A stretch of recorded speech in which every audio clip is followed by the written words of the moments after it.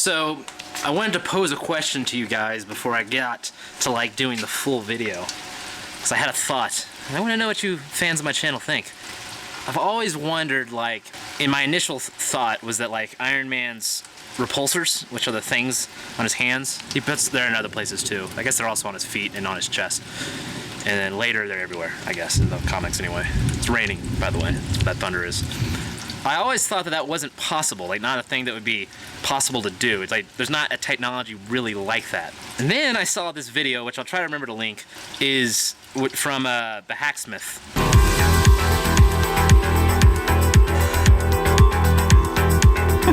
And if I don't link it, you can go look it up. If you type in like, I think ultraviolet LED array. He puts it, it's in the video, actually this is the video you should look at. Look at the video, he takes his Cybertruck and he puts a potato gun on top. And if you go to the end of that video, he gets this laser array from another YouTuber, and it's like this really powerful array that can like burn stuff pretty easily. Now they're burning stuff like balloons and stuff, you know, it's not like a ton of energy. And then I started thinking, I'm like, that would be, I thought that'd be really cool to put on like the Mark 1. It wouldn't be that much power, but it'd still be kind of cool. But then I was thinking, if you could do that and you could get a lot more power out of them, like a lot. One thing you could do is you could just chill them down, you could put a big heat sink on them, and you get a little bit more power out of them, but that's still not gonna be like a ton of power. But then I was thinking, if you could do it with a semiconductor so that it wasn't essentially producing any heat, so resistance went to 0. And I don't know how they're laser LEDs, light emitting diodes, so they're very small. And I don't know if you can make a laser LED operate at superconducting temperatures. As a superconductor, I'm not that smart, but I imagine you could do it. I don't know how to do it off the top of my head, but I imagine it would be possible. Then you would be able to produce like at least 10 times the amount of power output as the one in the video. And then I was thinking, well, then you'd have a laser, but you definitely wouldn't be able to use it for propulsion. You wouldn't be able to like fly with those. They would produce a little bit of propulsion, but it definitely wouldn't be enough propulsion to get away from the force of gravity. If you were in space, you could use it to like shoot one of those for a long time, and could potentially get up to very high speeds because your thrust is leaving at the speed of light. But it wouldn't work for flying on Earth. And then I was thinking, but if you could put something that like toggled in front of the LED thing, you could toggle off and on, because it'd probably still be too big to like have on your hand at all times. If you pick it up, and then you could use, if the LED was producing enough energy, you could shoot that energy into some kind of liquid, whether it's a cryogenic liquid or even like water or something like that, essentially into like a small combustion chamber. You could produce the energy and potentially pressure and temperature, all the temperature, energy, all that stuff that you need to make a small rocket engine. And then you send it out of a nozzle. So instead of your energy coming from the chemical energy of combustion, you're just putting a fluid in there to turn into a gas, and you're providing the energy via the laser. Yeah. That could potentially be how you would actually make legit repulsors. Because then you could toggle that off and you could shoot a laser like super far away, like over that house over there, and catch it on fire, which is what Iron Man does. But then also in other scenes from Iron Man, it looks like he's like got fire coming out of the bottom of it. And that would be more like a rocket. So with the same technology, potentially, obviously this would be very hard to do. But if you could do it, in theory, there's no principle saying that that couldn't be done. If you could get the proper amount of energy. It'd be about how much energy you could get with a superconducting laser diode. Would it be enough to like burn stuff and catch it on fire with like a decent amount of vigor from far away? And also, would it be enough to be in the combustion chamber of a rocket? Powering it, the only way to be very difficult to power too, because you have to run really powerful cables unless they were also superconducting to it, which is it's possible, but would be tricky. And the power would have to come from like some kind of nuclear generator. I mean, that'd be the only way to get enough power for that. But that's all very Iron Man stuff. He runs on a nuclear generator and he's got those lasers. So the nuclear generator is already there in the canon. And maybe I'll build one of those. I am machining vices. I thought about this all day last night. That didn't make any sense. And I'm feeling much more confident on this one. I've done a facing pass and I'm cleaning up the sides right now, doing the same thing on the other side, holes to drill, stuff like that. I'm feeling very confident this time. You know, I had a feeling I was jinxing myself. Just broke off my carbide bit inside of that hole. I don't know why. I've done these kind of runs before. It should have been fine. It bogged down. I felt it bogging down. I didn't hit the button in time. It snapped. All right, fortunately when I bought that carbide bit, I also bought these guys. These are steel bits. They have a steeper angle, which is pulls the chips out faster, and they don't make stringy chips. Come on, focus. It doesn't make stringy chips, which is kind of weird and not like how drills normally drill. It makes a very small, fine chip. A little bit rattly. Unfortunately, I can't keep this guy because there's still a bit stuck in this hole. So I'm gonna cut a new piece of this, chuck it back in, get back to where we are, and then hopefully keep running the process.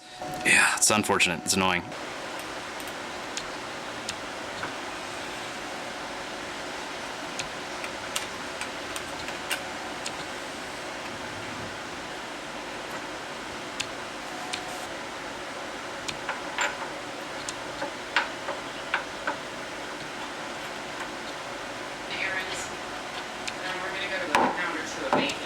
Yeah, you can do that.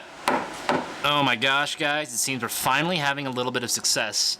I say that with hesitation because as soon as I say that, things tend to go bad. But look, this line here, which is where the first op was cut down here and the second op was here. So this looks exactly the same, right? I've already done this. This is the new one, and I've already done it and then flipped it and then put it back in, and now I've done the top side. And I've set my X, or my X distance, so like the distance this way. And that's done now. So those sides are done, except I haven't done the chamfer on top. There's a chamfer that goes right here and here. It's already on the other side, plus the holes are drilled now. The metal worked, the metal bit. Anyway, I'm just like really satisfied with the line here between the two of them. Like there, you can't even see it there. And this one's really good. You can like barely feel it over here on this corner right here, and like not on this side at all, which is awesome. Awesome. You can kind of feel it on this side a little bit, but I bet you it's like a thou maybe. Oh man, fucking lightning. Yeah, that's really cool.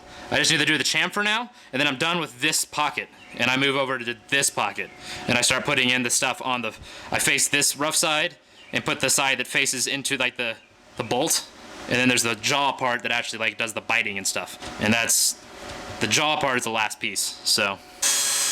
Here's the chamfer I talked about. Very small little chamfer. Oh, kind of missed it there. Get it here. And chamfers. Okay, so now I take it like this, bring it out, rotate it, move it down, and let me clean this real quick on my shirt. And it goes. Oh, is it not gonna fit? My goodness. That should fit. Oh no. Okay, let me work on this, guys. I did indeed get this flipped over. I had to cut out a little bit over here, but I'm on pretty much the final pass other than the chamfer on this side. This is side 3 of 4. Building vices is hard, guys. It really is. I would say, I'll start with the good news. Good news is, I would say this thing is pretty, I haven't measured yet, I need to, but just based on the look of it, it looks pretty good. It looks pretty flat. Should I throw some numbers on this thing? I should throw some numbers on this thing. Hold on. Okay, like I said, the thing's lined up well and it looks good. Now here, these are the numbers in thousandths of an inch that they are under unless it's plus like this. So from here to here, it's 10 thou under. From here to here, it's 16. From here to here, it's 12. So quite a bit. From here to here is 8 thou. Here to here, 7. Here to here, 8 under. And then on the Z, it's 4 thou over. I said, or the, sorry, not the Z, the X. So that's good. I'm still having trouble with my Z height, which is what this is saying. And then the other thing that's an issue is that these holes here and these holes here are supposed to be in the middle, and they're not. They're off. So that's an error too. I think I have an idea. I think if I probe in here instead of using the datum on the machine, if I just probe here instead of using a datum, make the datum this essentially, because it's closer, it'll be less error, and I could probably get these guys in the middle.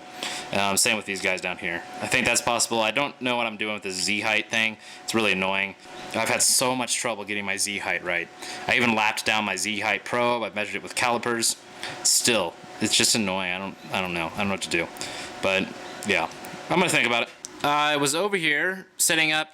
I corrected everything, but changed the code, was doing it. I've actually done the bottom, and then I looked down and I noticed, I don't know if you'll be able to see it, let's see. Broken cable. My anti-racking cable, which keeps the entire gantry from like shifting, is broken.